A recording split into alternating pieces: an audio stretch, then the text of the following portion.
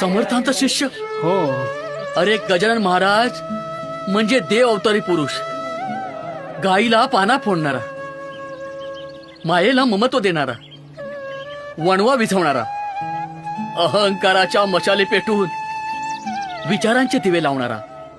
अरे एवढंच काय, पण त्यांचे शिष्य सुद्धा त्यांच्यासारखेच कर्तृत्ववान आहेत.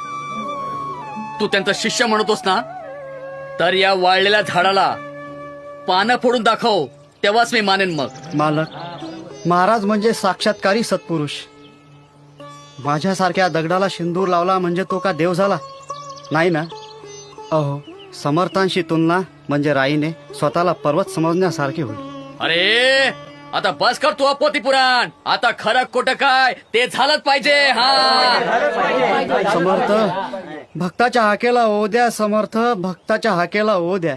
जय गजानना, जय गजानना, जय गजानना, जय गजानना, जय गजानना, जय गजानना, जय गजानना, जय गजानना, झाडाकडे पाय, झाडाला पानं फुटून राहिले ना.